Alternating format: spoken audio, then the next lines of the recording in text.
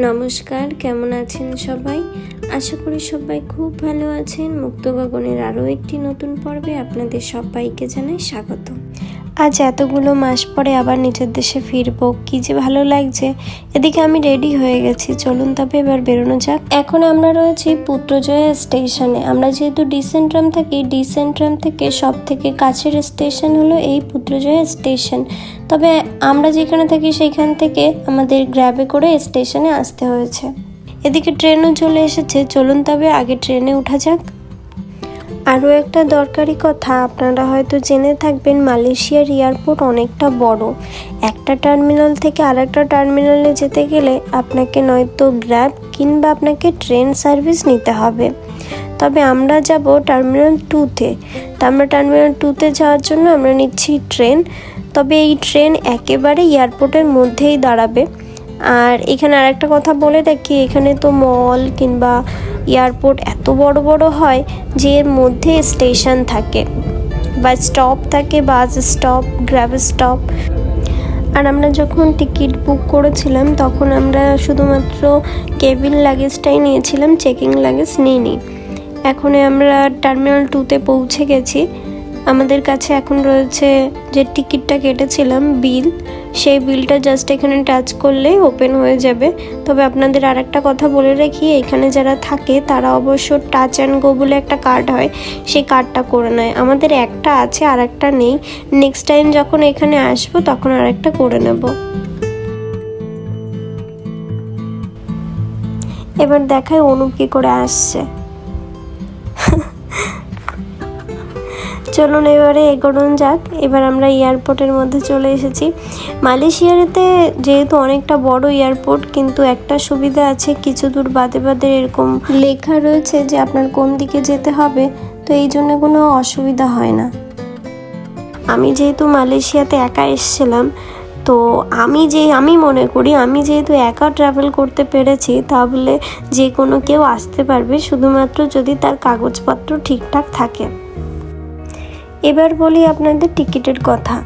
আমরা যেহেতু 2 মাস আগে টিকিট কেটেছিলাম, কিন্তু আমাদের ফ্লাইট ছিল পুজোর পরপর, তাই কম হয়েছে, কিন্তু অতটাও বেশি কম হয়নি। আর যেহেতু আমাদের চেকিং লাগেজ ছিল না, শুধুমাত্র কেবিন লাগেজ, অর্থাৎ 7 কেজির 2টো, আমার একটা, অনুপের একটা, তো আমাদের এক একজনের টিকিট পড়েছিল 8,000 টাকা করে। দুজনের আপ অ্যান্ড ডাউন হচ্ছে আমাদের 32,000 টাকা পড়ে গেছিলো। তবে আমাদের তো বেশি দিনের ছুটি নয়, অনুপে ছুটি পেয়েছে ওই 11-12 দিনের, তারপরে আমাদের আবার ফিরতে হবে। যদি আপনার পুজো আচরা দিনগুলো বাদে নর্মাল ডেতে টিকিট কাটা হয় 2-3 মাস আগে থেকে, তাহলে অনেকটা কমে পাওয়া যায়। প্রায় 6-7 হাজার টাকার মধ্যে পেয়ে যাবেন, শুধুমাত্র কেবিন লাগেজ অ্যালাও হবে। আর যখন আপনি এই পর্যন্ত এসে পৌঁছাবেন, তখন আপনার সামনে এরকম বড় একটা স্ক্রিন থাকবে, যেখানে আপনার ফ্লাইট এবং আপনি আপনার যে গন্তব্যস্থল টোটাল ইনফরমেশন এখানে আপনার শো করবে। অর্থাৎ আপনার ফ্লাইট নাম্বার, কোথা থেকে আপনি কোথায় যাবেন, টাইম, টোটাল এখানে শো করবে। এখানে একবার চেক করে নেবেন, তারপরে আপনি এগিয়ে যাবেন। এবারে এইখান থেকে আপনাকে বোর্ডিং পাস বের করতে হবে। আপনার যে ফোনে যে বোর্ডিং পাসটা দেওয়া থাকবে সেখানেই নাম্বার থাকবে, এখানে শুধু নাম্বারটা দিলে তারপরে আপনার নিচে থেকে বোর্ডিং পাস বেরিয়ে আসবে। এবার এখানে একটা কথা বলি, আমাদের কলকাতাতে কিন্তু বোর্ডিং পাস ওরাই দিয়ে দেয়, কিন্তু এখানে কিন্তু নিজের বোর্ডিং পাস নিজেকেই বের করে নিতে হয়। তো আমাদের দুজনের বোর্ডিং পাস বেরিয়ে গেছে। এরকম একটা মেশিন থাকবে, মেশিনটা একটু ভালো করে দেখে নেবেন যে পরে যখন ট্রাভেল করবেন তখন যাতে অসুবিধা না হয়। এবার আমরা এগিয়ে যাব। এবারে এখানে চেকিং করে আমাদের ভেতরে এন্ট্রি হচ্ছে, অর্থাৎ সিকিউরিটি চেকিং যেটা হয় সেটা হচ্ছে। তো সিকিউরিটি চেকিংয়ের পরে আমাদের ইমিগ্রেশন হয়ে গেছে। ইমিগ্রেশন আমাদের কিচ্ছু জিজ্ঞাসা করেনি, যেহেতু আমার এখানে ডিপেন্ডেন্ট ভিসায় আমি এখানে আছি, তো আমার শুধুমাত্র পাসপোর্ট আর বোর্ডিং পাস, আর কোনো কাগজপত্র আমার দরকার হয়নি। তবে আমাদের এখনও আরও একটা চেকিং বাকি রয়েছে, সেটা হচ্ছে ব্যাগ থেকে সমস্ত ইলেকট্রনিক্স জিনিসপত্র বের করে চেক করা। তবে সেটা এখন অনেকটা দূরে রয়েছে, এখান থেকে আমাদের এখন হাঁটা শুরু করতে হবে। আর এইখান থেকে যদি আপনারা কোনো জিনিসপত্র কেনেন, আশেপাশের যে দোকানগুলো দেখছেন, এইখান থেকে যদি কোনো জিনিসপত্র কেনেন, এই জিনিসের জন্য আপনার যে ওজন হয়, ধরুন আপনার 7 কিলোর বেশি হয়ে গেছে, তো এক্সট্রা এই জন্য আপনার কোনো টাকা দিতে হবে না।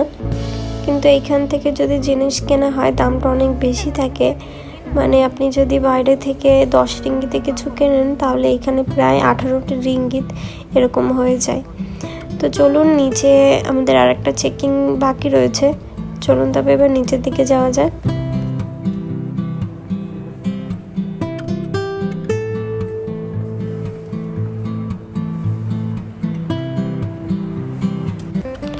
নিচে লাইন দেখছেন। ও আর একটা কথা বলি, আমাদের ফ্লাইট ছিল এয়ার এশিয়া, আর ফ্লাইটের টাইম ছিল রাত 10:30। তো পরে হয়তো ডিলে হতে পারে। প্রত্যেকটা এয়ারপোর্টেই কিছু নিয়ম থাকে, যেমন আপনি কেবিন লাগেজে লাইটার, ছুরি, পারফিউম, মশলাপাতি, লিকুইড জিনিস, এমনকি জলের বোতল পর্যন্ত নিতে পারবেন না। আর চেকিং লাগেজে আপনি ইলেকট্রনিক্স জিনিসপত্র নিতে পারবেন না, ইলেকট্রনিক্স জিনিসপত্র সব যাবে কেবিন লাগেজে। তো এই জন্য আপনাদের বলছি এই জিনিসগুলো একটু মাথায় রাখবেন, তা নাহলে পরে যদি ধরুন চেকিং লাগেজেরটা কেবিন লাগেজে চলে গেছে আর কেবিন লাগেজেরটা চেকিং লাগেজে চলে গেছে, তখন ওরা যদি সন্দেহ করে তাহলে হয়তো লোকের সামনে আপনার ব্যাগ খুলে ওরা চেক করতেও পারে। ব্যাগের থেকে সমস্ত ইলেকট্রনিক্স জিনিসপত্র বের করে এরকম ট্রেতে দিয়ে ব্যাগটা পাস করে দিলেই হয়ে যায়। তবে এখানে আরও একটা কথা বলি, আমি এইমাত্র বললাম যে কেবিন লাগেজে কোনো লিকুইড অ্যালাউ হবে না, তবে এইখানে শুধুমাত্র 100 গ্রাম পর্যন্ত লিকুইড আপনি নিতে পারবেন, তার থেকে বেশি কিন্তু লিকুইড ওরা অ্যালাউ করবে না। এবারে জলের কথা বলি, যতক্ষণ আপনি ফ্লাইটে উঠছেন ততক্ষণ তো আপনার জলের প্রয়োজন হতে পারে, কারণ ফ্লাইটে ওঠার পরে ওরাই জল দিয়ে দেয়।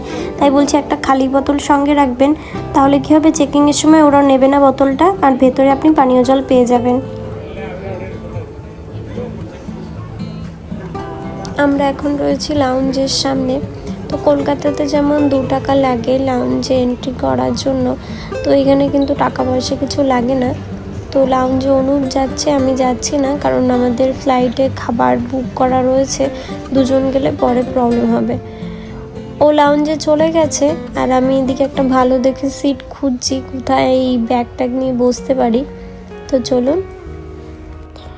অনুপ লাউঞ্জে যাওয়ার আগে ওকে বলেছিলাম যে লাউঞ্জের থেকে একটু ভিডিও করে নিয়ে এসো, তাই ও ভিডিও করে নিয়ে এসে এখানে সমস্ত খাবার দাবার সুন্দরভাবে সাজানো রয়েছে, এখানে স্পুন রয়েছে, বিভিন্ন খাবার দাবার সুন্দরভাবে অর্গানাইজ করা রয়েছে, যার যত মনে হয় তত জিনিসপত্র নিয়ে খান, কোনো অসুবিধা নেই।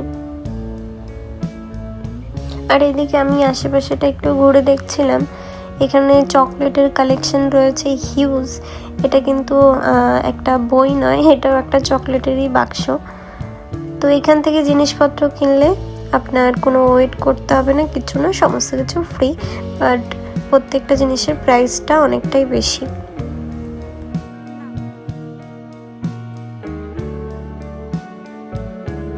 অনেকটা টাইম পরে এখন আমাদের বোর্ডিং শুরু হয়েছে, আমাদের ফ্লাইটটা একটু ডিলে হয়ে গেছে, এদিকে অনুপও চলে এসেছে, তবে আর মাত্র কয়েক ঘন্টা পরে নিজের দেশে যাব। এটা একটা অন্যরকমই আনন্দ, জানেন, যারা বিদেশে থাকে, প্রবাসে জীবন যাদের, তারা অবশ্যই এটা বুঝবে যে মাসের পর মাস, বছরের পর বছর পরে যখন নিজের দেশে যাওয়ার দিনটা আসে তখন যে কি ভালো লাগে। এদিকে আমাদের চেকিং চলছে, যেহেতু আমাদের একসাথে টিকিট, তাই 2টো পাসপোর্ট একসাথে দেওয়া হয়েছিল। আমাদের চেকিং কমপ্লিট, এবারে যাব ডিরেক্ট ফ্লাইটে। আর আমাদের ফ্লাইট যেহেতু কুয়ালালামপুর টু কলকাতা, তাই এইখানে এসে মানে এই এয়ারপোর্টেই এত বাংলা শব্দ শুনছি, কারণ আমি যেখানে থাকি সেইখানে তো বাংলা শব্দ খুব একটা শুনি না, খুব কম। তবে এখানে পরিচিত এক ফ্যামিলির সাথে পরিচয় হয়েছিল, অমৃতা, ওদের সাথে যখন কথা হয় তখন খুব ভালো লাগে, কিন্তু সেটাও তো সীমিত টাইম। কিন্তু এই ফ্লাইটে যেহেতু কলকাতা যাচ্ছে, তাই অনেক বাঙালি এই ফ্লাইটে যাচ্ছে, এত বাংলা শব্দ চারিদিক থেকে কানে আসছে, এত ভালো লাগছে তবে আর কয়েক ঘন্টার পরে নিজের দেশে পৌঁছাবো। চলুন তবে।